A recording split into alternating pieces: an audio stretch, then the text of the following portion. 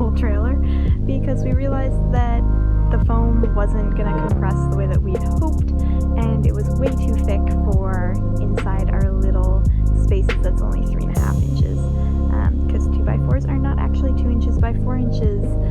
So now that we've got that all figured out, we're putting it back together.